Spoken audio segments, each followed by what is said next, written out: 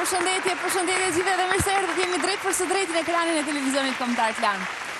Do të flasim sot për turizmin, sepse në fakt vera ka hyrë, edhe pse mund të ketë në një ditë pak të vranë, gjithsesi jemi në stinën e verës, jemi në një sezon ku bëhemi gati pa diskutim për të shijuar pushimet secili në kohën që ka zgjedhur pushimet e veta dhe për të kaluar kohë të bukur, qoftë në det, qoftë në mal. Shqipëria për fatin ton të mirë ofron mundësira fantastike për të pushuar, bukurira natyrore të rralla, jemi të bekuar në këtë drejtim, por që nga ana tjetër sezoni turistik nis ka patjetër problemet e veta. Nuk besoj që do jenë shuar të gjitha, sado që ne flasim çdo vit, bëjmë edhe ato rezumet në fund të sezonit, çfarë shkoi, çfarë nuk shkoi.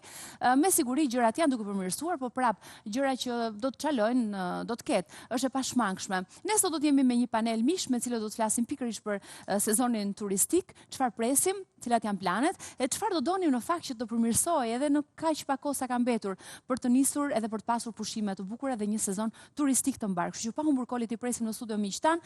Vjen e para gazetare e turizmit Flora Xhemani Baba. Flora! Mirë se erdhe! Mirë se gjej! Në të bardha veshuro!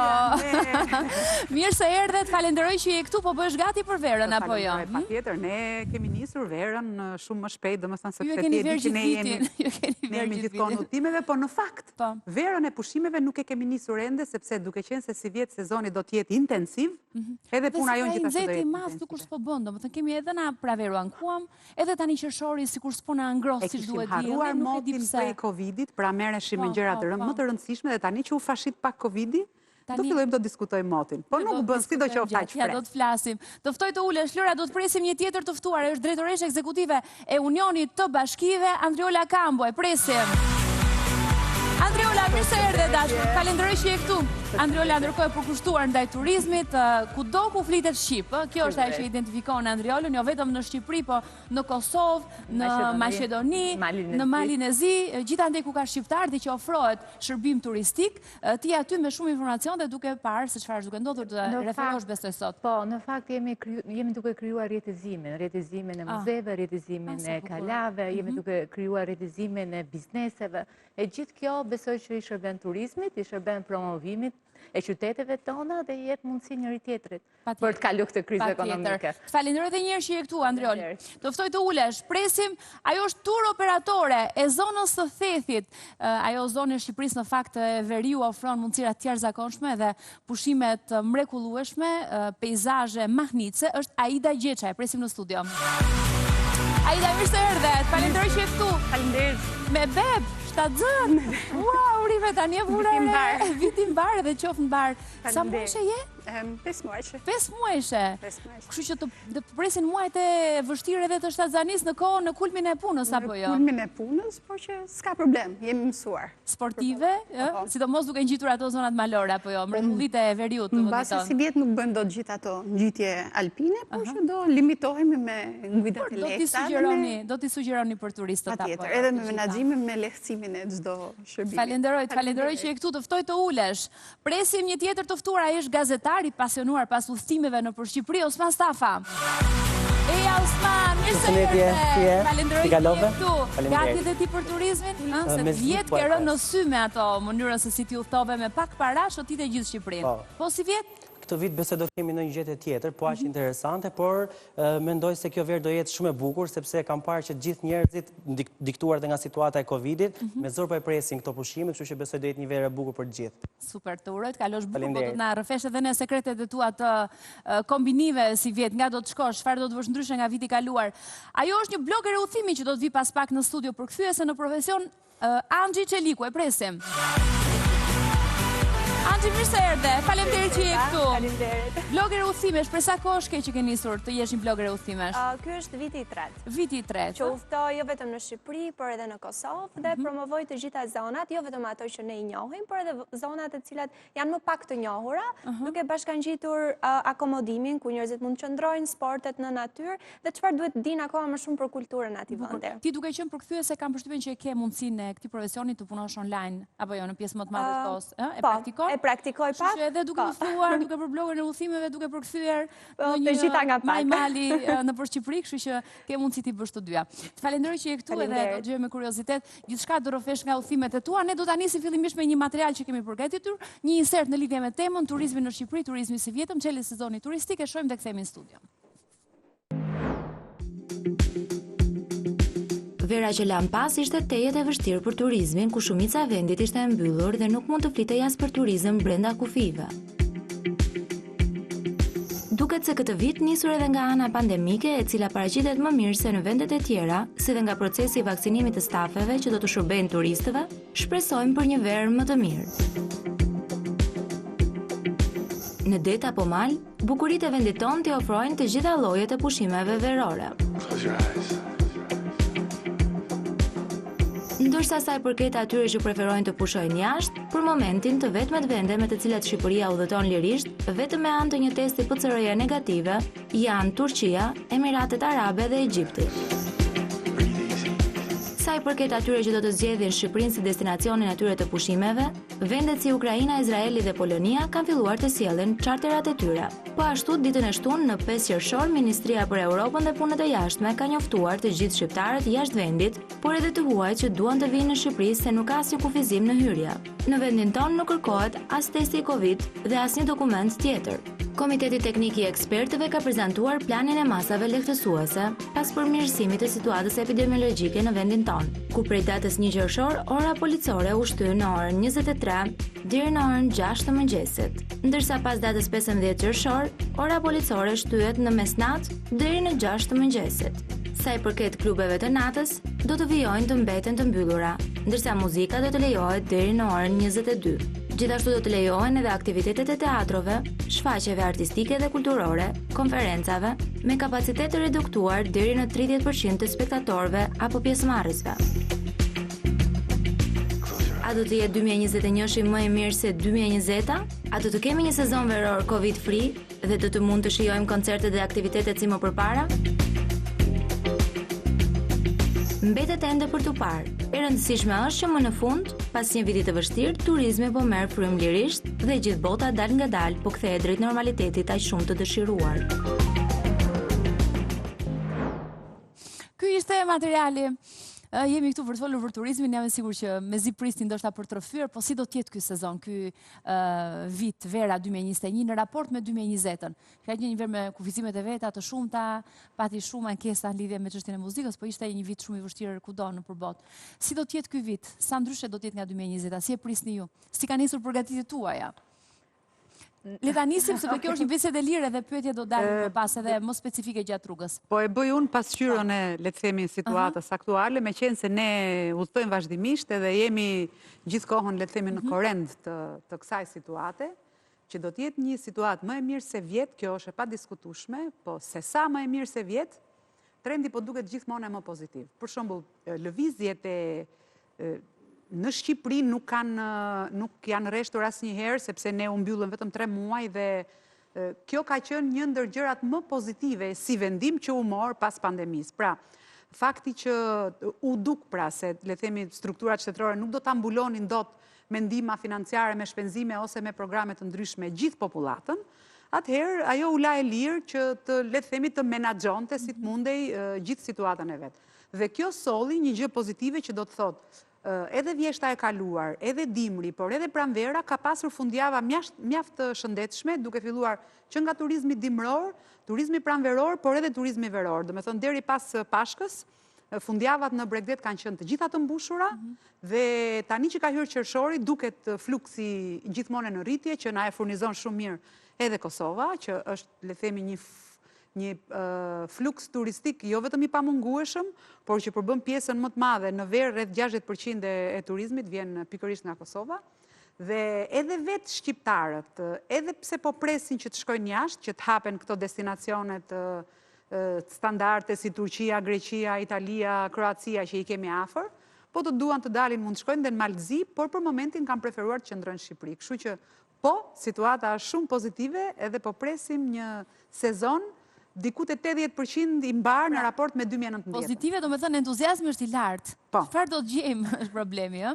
Çfarë këto janë Jemi të bekuar. Përgatitur, është Para se vërtet jemi të arrimte Po. çfarë dëgjojmë, do i shtoja asaj që ta Flora, edhe kërkesat e vazhdueshme që mua më japin shpresë dhe entuziazëm që vërtet ky vit do jetë i ngjashëm me 2019-ën.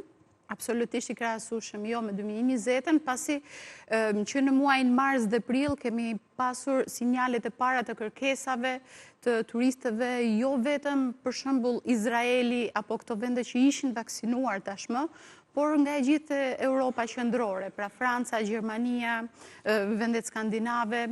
Që tepër me rregullat që u përcaktuan tani që të huajt e knes ka nevojë fare të testohen. Për këtë arsye dhe kanë filluar të vinë.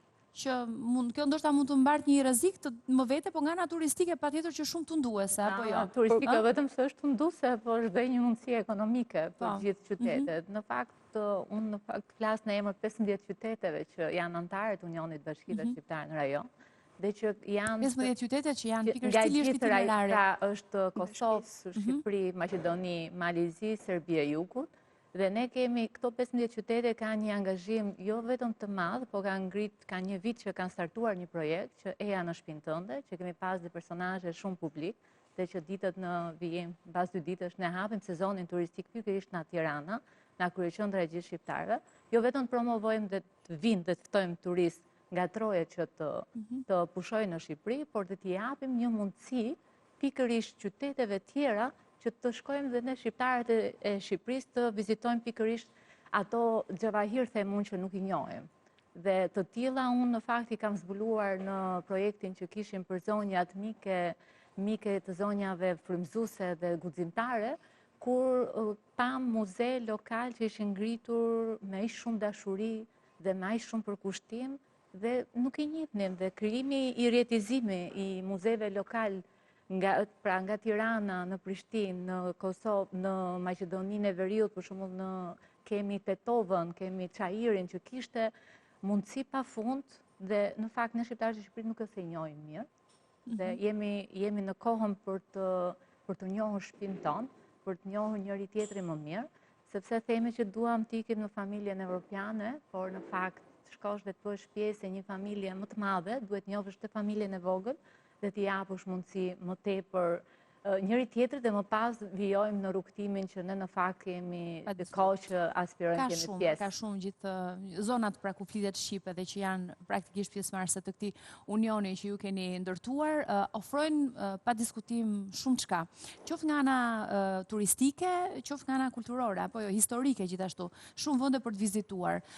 Osman, ti si vjet, cili është itinerari ju si vjet? Vjet preferove të bëje vetëm me 200.000 lekë të vjetra? Po, ishte në fakt një sfidë që ne ndërmorëm së bashku me një koleg tjetër, Renaldo Salianin, ja dolëm shumë mirë dhe pse pak duhej pak të ishe pak i mbledhur, jo për të bërë ato shpenzimet e mëdhaja. Në fakt ishte një sfidë shumë e bukur sepse ne nisëm nga Palasa, pra në Dërmi dhe dolëm deri në Himar. Pra ishte breg pas bregu, pra që ne ndërmorëm dhe ishte me çadra. Nuk ishte themi ato hotele që ne preferonim se i grupi vogël dhe donin të bënim një nga ato vera që ne kishim parë, domethënë ato sfidat e bukura që kishim parë nëpër filma. Na doli shumë bukur. Ndërsa këtë vit jemi bërë pak më shumë, të paktën jemi bërë diku 15 vjet që do bëjmë këtë gjë. Pra që do shkojmë në jug, themi pak fanatik që ne duhet të qëndrojmë në Shqipëri, pra e duam fort Shqipërinë, bëjmë një mix midis Shqipërisë Jugut dhe Veriut, patjetër dhe pjesën historike etj e vlerësojmë shumë. Madje jemi mbledhur një grup fanatik, se termi fanatik.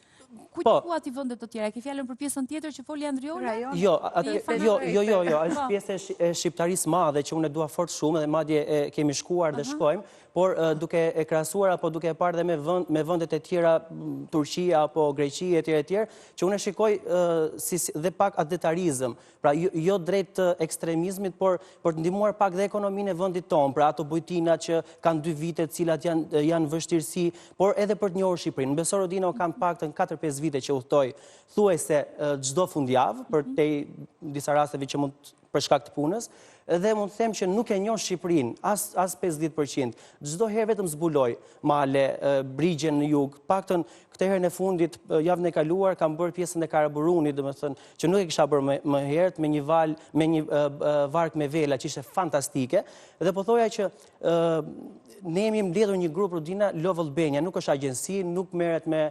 le të themi nga këto agjencitë e tjera që nuk kam asnjë kundërshtim, por janë vetëm njerëz me dëshirën e mirë për të promovuar vendet e bukura të Shqipërisë. Aty mund të vijë çdo kush, mjafton vetëm që të ketë dëshirën për të udhëtuar, normalisht shpenzimet ndahen sepse është normale, por ideja që vetëm promovojmë dhe shkojmë në disa vende që dhe nuk kanë shkuar ose është dhe i pakët promovimi. Ndërto, për shembull, ka qenë shumë e bukur kjo ujvara e Peshturës që ka pasur persona që kanë shkuar, e kanë promovuar shumë, por tani po merr një emër komplet tjetër dhe kjo ndodhet në Nivicë të Tepelenës. Aty po bëhet dhe rruga që do dalin në Borxh, domethënë që është fantastike, dhe kemi peisazhet pa para. Domethënë, kemi një Shqipëri kaq të bukur saqë, këtu dal tek ajo pjesa fanatike që do them që duhet shkojmë drejt këtyre vendeve, sepse unë jam pak njeriu që dua dhe pak sfidën dhe pak aventurën dhe mendoj se duke shkuar pak drejt këtyre vendeve, duke përdorur pak dhe çadrën. Për shembull, ka qenë udhëtim më i bukur që unë kam bërë deri më tani, ka qenë Cura i Epër, Theth. 11 orë rrugë, disnivel 1200 metra, shumë sfidë, sepse i përket një shkallë themi mesatarisht të vështirë. Dhe ka qenë një nga udhëtimet më të bukura të jetës time, sepse Cura i Epërm Cura i Epërm është një nga vendet më të bukura që ka Shqipëria, sepse s'ka energji elektrike. Domethënë atje ka mbetur koha në atë kohën që janë ndërtuar ato shtëpitë, ata njerëzit atje me 2 bujtina që kanë krijuar nuk është se kanë kërkuar modernën, kanë mbetur prapë atje. E bukura do ishte që do të ndriçojnë me qiri, puna që nuk do të dëshirojnë ndezin gjeneratorët. Ky është problemi. Jo, atje kanë vendosur familja, që do të thotë që jam dakord me disa gjëra që tha Osmani.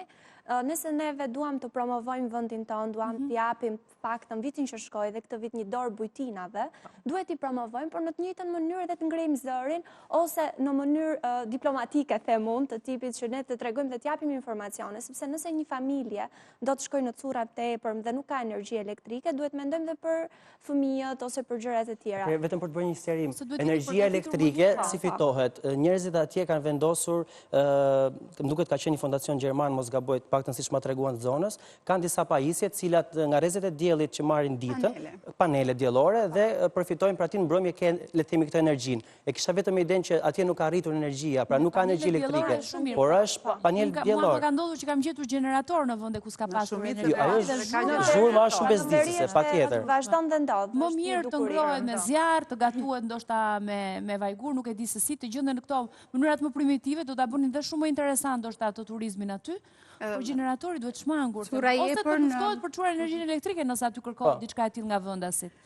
Cura i Epër për ne veriorët është mbajtur gjithmonë si lugina më e bukur. Në basëm e krahasueshme edhe me Thethin dhe Valbonën, pasi është një nivel më të lartë dhe por e pashkelur. Kjo pasi deri vitin e kaluar ajo nuk kishte një rrugë makine për të vajtur atje.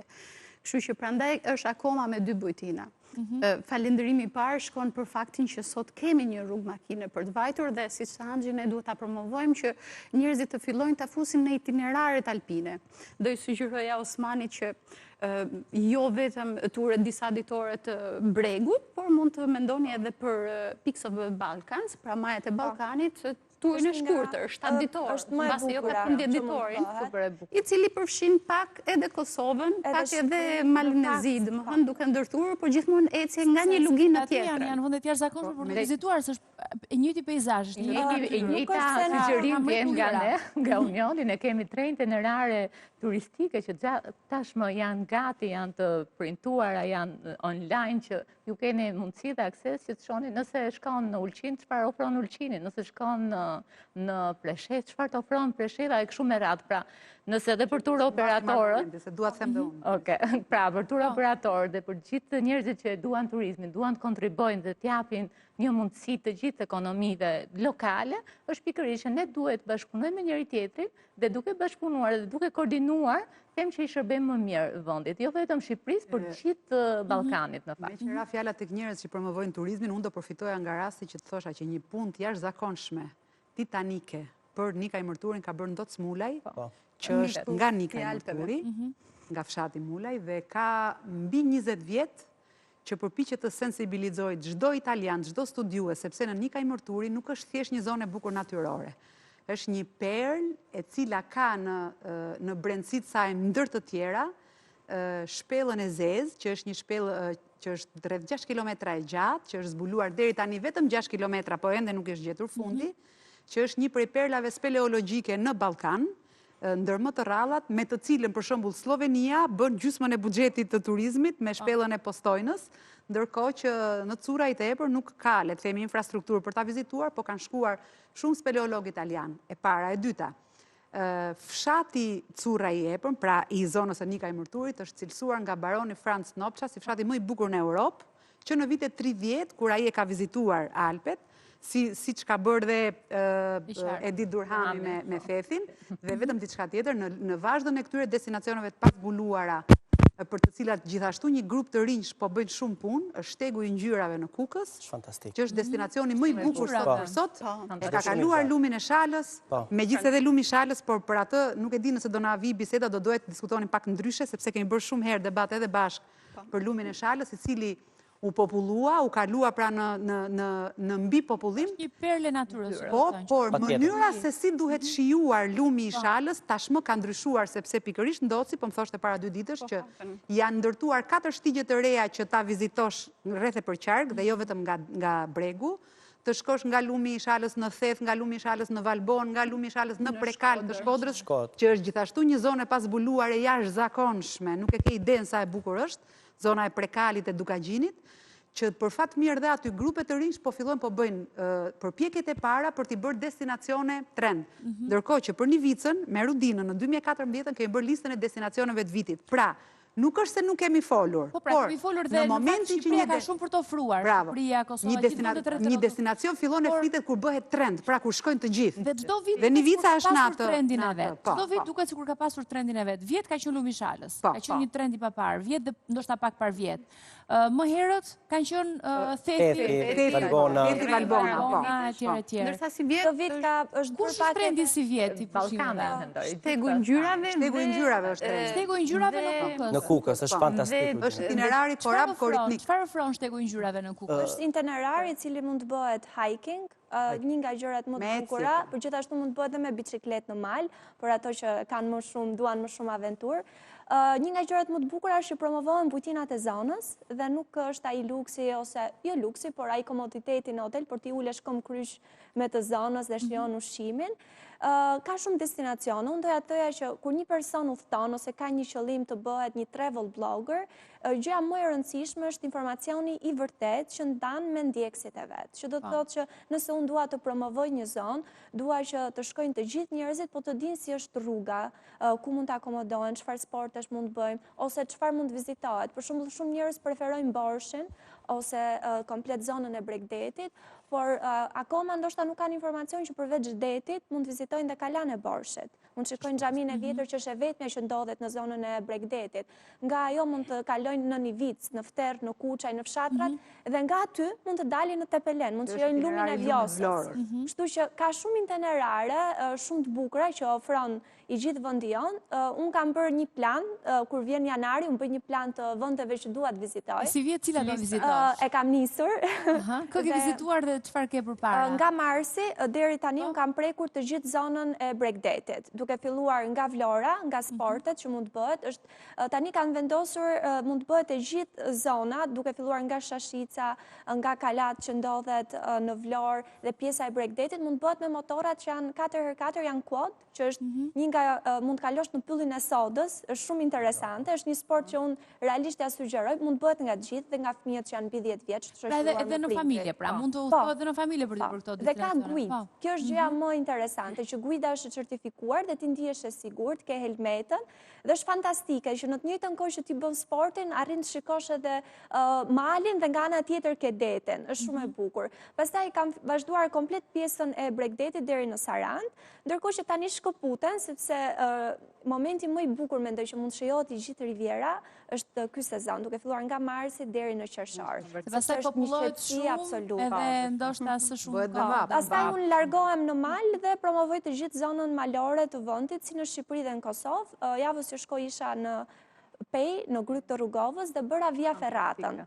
Është një nga sportet të cilat ndoshta kam gjetur veten, ti thjesht mbahesh me 2 karabina dhe është mali komplet i thepisur dhe thjesht kalon karabina dhe ngjitesh shumë lart, poshtë shumë nerë dhe lume. Nuk është rrezikshme, do të menaxhosh shumë mirë vetë dhe panikun. Unë jam vetëm 2 këshilla. Po, që nuk mund ta bëjnë njerëzit që kanë frikë nga lartësitë. Ato që duan dhe pajisja që ti mban, pajisja që ti rregullon, pavarësisht se ti ke guidën, mban deri në 5 tonë. Kështu që nuk ka as edhe një mundësi. Unë jam shumë mirë e bëra dhe ja ku jam. Andrea, cili është itinerari? Dorsa unë nuk ja dola tek. A e provove vetë? Ishte vështirë. Ishte, ajo është shumë e bukur, po unë nga natyra i kam frikë lartësit dhe nuk ja dola dot. Është e vërtetë. Pak nga shtegu i ngjyrave i Kukësit, si ndiqet më pas itinerari? Në fakt unë nuk e kam bërë ende, nuk e kam bërë. Kam unë pak më shumë informacion. Shtegu i ngjyrave është një pjesë që është në pjesën e Grykçajës, pra pranë Kukësit, ndërkohë që gjithë itinerari fillon në Kukës dhe mbaron në Ohër. Është një itinerar që mund bëhet për 7 ditë, 7 ditë ecje, pra flihet në Përbujtina, ndalohet në Radomir, në Kukës.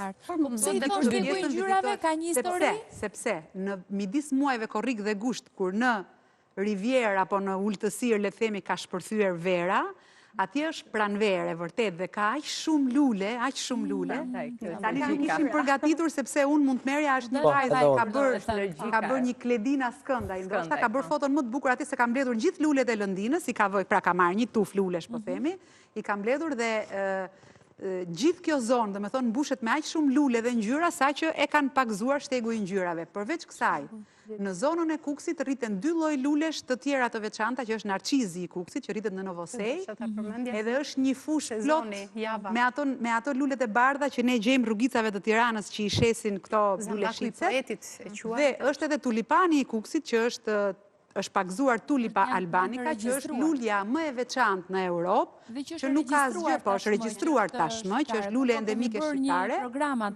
Po, dhe është, le themi, është përcaktuar si lule unike, pavarësisht se kemi tulipanin e Holandës e tjetër që është sigurisht i famshëm. Por, kjo është një lule që rritet vetëm në këtë zonë, pra vetëm në zonën e Kukësit, ndaj dhe, le themi, veçanësia ose uniciteti i saj është i tillë pra që duhet të ruajtur. Çfarë prisni ju që të jetë përmirësuar këtë vit në Shqipëri, për sa i përket gjithë operatorëve turistik, asaj që gjeni në destinacione turistike, ndryshe nga që kemi pasur vitet e kaluar. Pra, për çfarë jemi ankuar deri vjet, edhe që ju prisni të përmirësohet si vjet.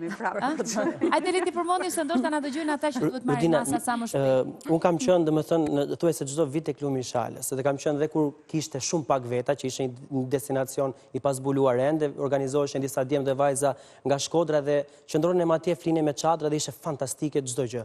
Më pas filloi pjesa që shumë agjenci, madje edhe njerëz privat shkonin duke mbi populluar. Ti ke qenë vetë tek Lumi i Shalës, ke qëndruar atje dhe atje nuk mund të jetë një vend që të qëndrojë njëkohësisht shumë persona, sepse nuk e shijon dot. Domethënë në çdo pjesë, edhe të paktën nëse do kisha një sugjerim ose një diçka për gjithë të paktën Ministrinë e Mjedisit në bashkëpunim dhe me agjencitë që punojnë dhe kanë si itinerar këtë vend, është të ketë një numër të përcaktuar personash që mund të shkojnë vizitues ditor. Pra nëse atje mund të shkojnë 100 vet apo 200 vet jetë kaq dhe të mos lejohen sepse askush nuk do ta shijojë.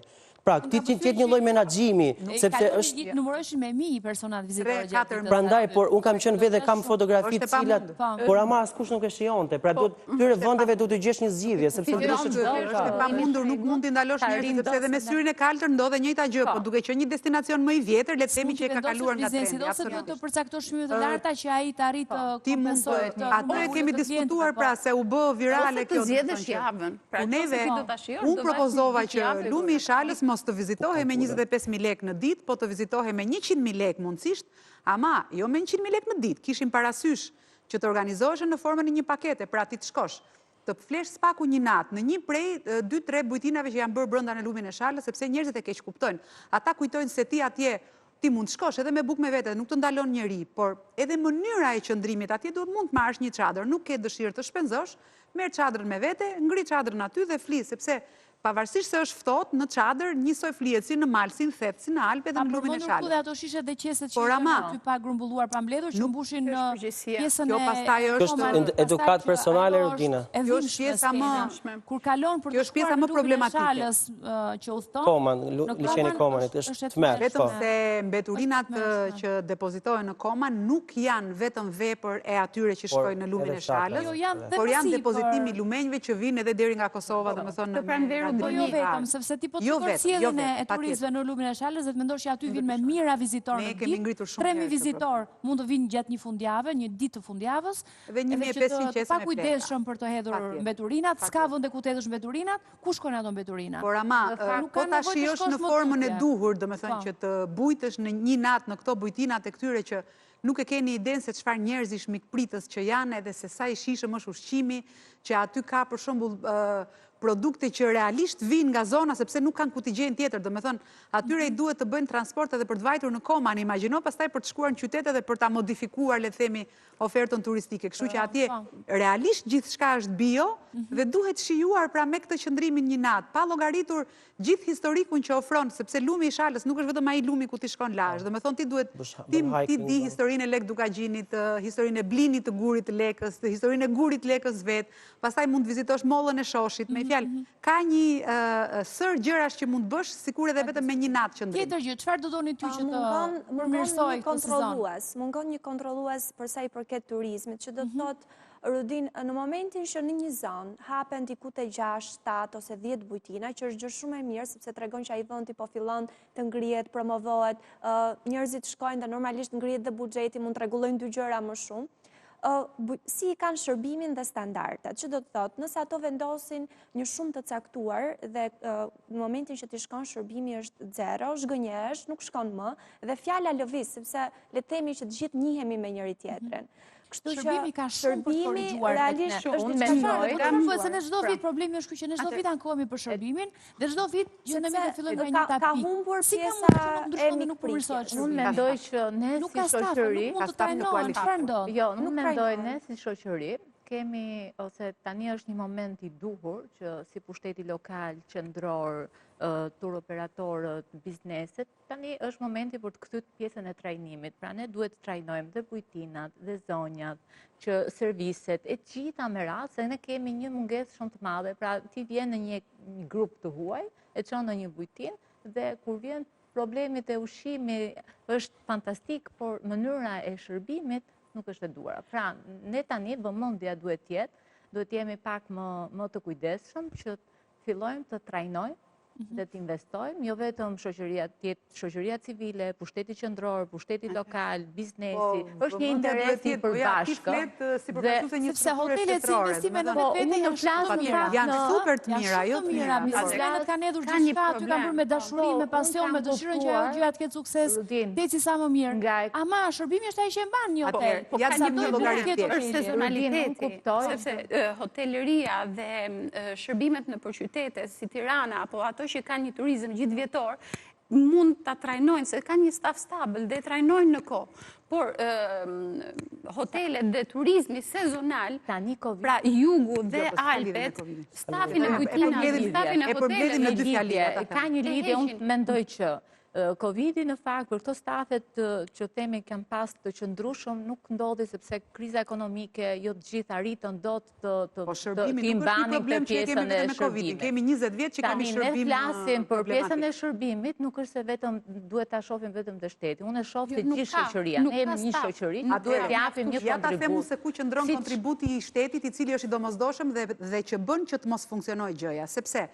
në qoftë se në një turizëm gjithë vjetor, si hotelet e Tiranës apo hoteleve të tjera të qyteteve të mëdha ku ka aktivitete, konferenca, workshope dhe hoteli punon, në një hotel Bregdeti i cili duhet të mbyllet në shtator, stafi detyrimisht do largohet dhe do kërkoj punë të tjera. Dhe nëse diku punon 8 muaj dhe në një hotel Bregdeti sa do që të paguaj punon 4 muaj, ai e ka të vështirë që ta lëri punën për të cilën po punonte gjatë gjithë vjeshtës.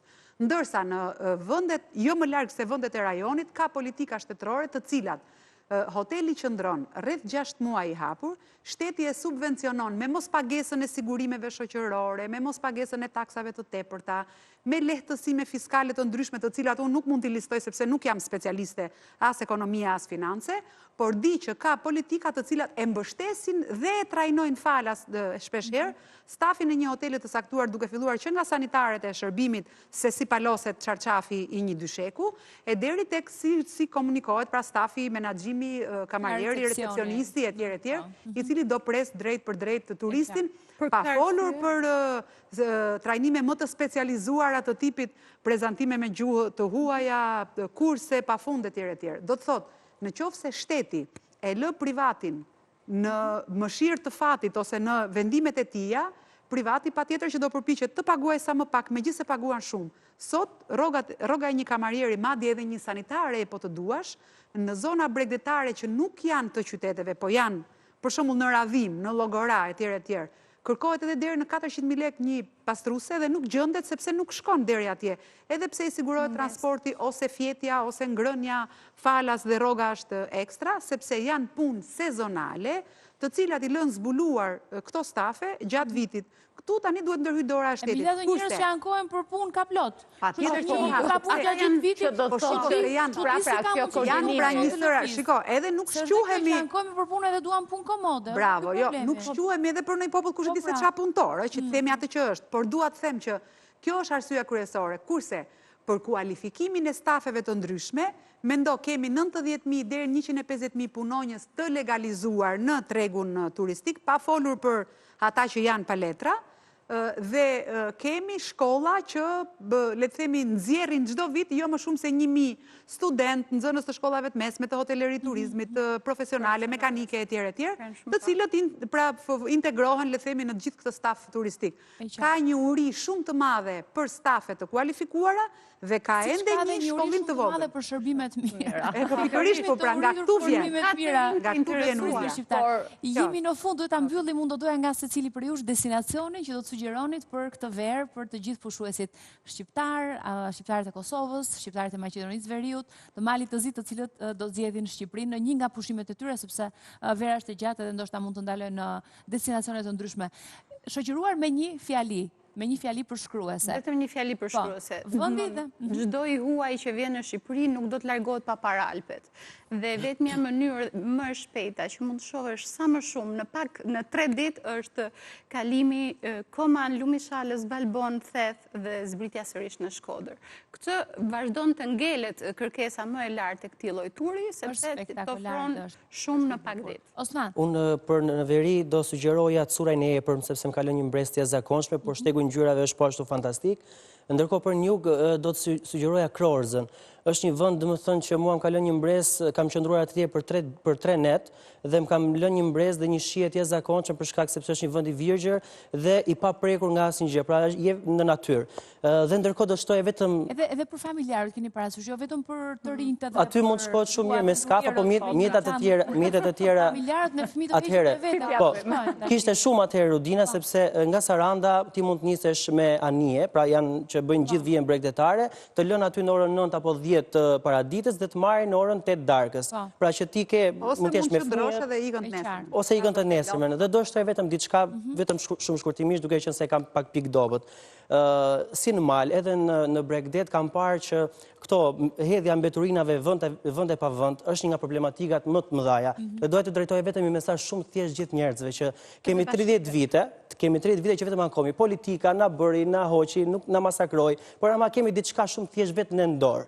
Pra të mbajmë pastër këtë vend. Ti shkon në jug dhe shikon që në një gjë shumë të bukur siç është ai G5, ti ke një masiv të tmerrshëm mbeturinash dhe ku çdo kush vetëm vjen e hedh, apo ke vende të tjera që pasi një grup të rish rri aty, konsumon çdo gjë, e mbulon atë me rëra apo me por ne kemi qenë vetë po në shtator që kemi trajtuar këtë gjë që kemi mbledhur vetëm ne, diku ke 30 thasë mbeturina dhe na shikonin si ju jeni të bashkisë.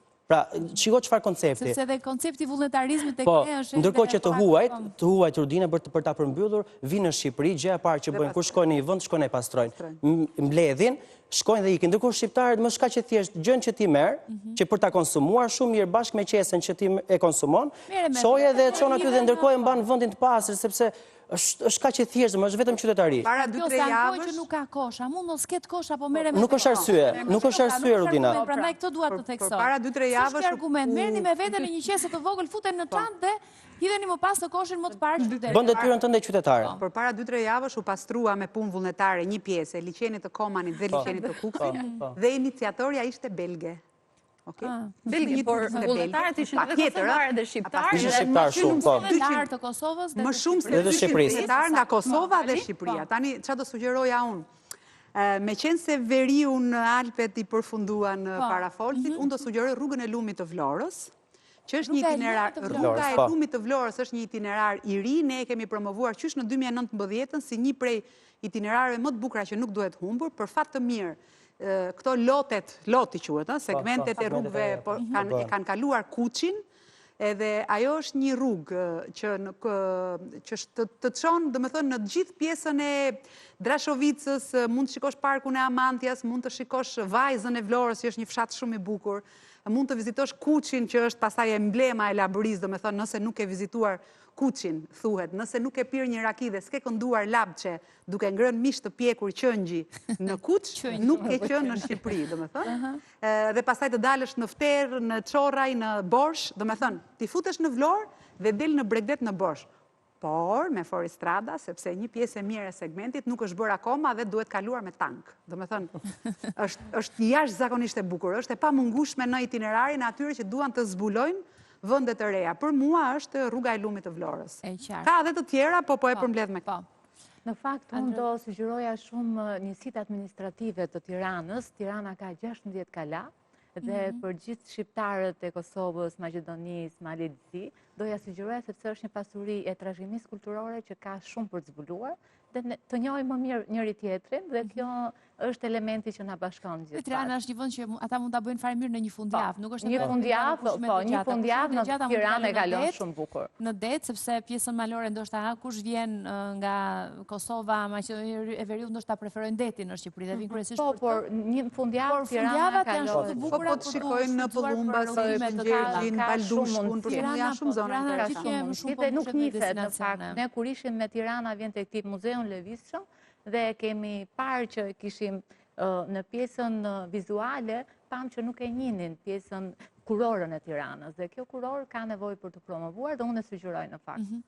Dhe si blogere tani u thumë që të kemi, cilin sugjeron si vjet? Për pjesën e jugut do sugjeroja pafund është një shteg që është ndodhet një manastir, manastiri Shënmërisë, është dhe një kishë e cila ndodhet në maj të një mali, e quhet Maja e Pantelemonit, dhe ndodhet midis Dërmiut dhe Iliasit. Është një nga pamjet më të bukura që mund të kem parë në jug. Dallohet, ka shenja alpine, mund të bëhet nga të gjithë dhe familjarët të cilën duan të marrin fëmijët për hajke. Ndërkohë që për pjesën e Kosovës doja sugjeroja pafund Rrugovën dhe Pejën, duke qenë se është dhe për familjarët, por edhe personat që duan të bëjnë sportet si 4 via ferratat, zip-linein, dhe familjarët mund të gjiten deri lart me fëmijët tek 2 liçenet akullnajore dhe mund të flinë tek bujtinat e Drurit dhe ndërkohë këtë gjithë pamjen e maleve që është hyjnore, shumë e bukur. Është e gjitha për të eksploruar kjo bukuri natyrore me cilën na ka bekuar Perëndia apo natyra, edhe mungon pjesa e njeriut, ka ende shumë gjëra për të përmirësuar edhe urojmë që vit pas viti edhe këto biseda ndoshta të influencojnë sadopak për të përmirësuar shërbimin, sepse ai është më kryesor ndoshta ku çalon turizmi shqiptar. Ju falenderoj shumë që ishit këtu, pushime të mbara të gjithëve. Ndoshta do të jemi sërish me tema të tilla sepse jemi ende goxha gjatë në transmetim, kështu që për verën do të flasim për pushimet, destinacionet, do të kemi sërish tema të ngjashme. Ndërkohë kemi publicitet, takomi pas pak.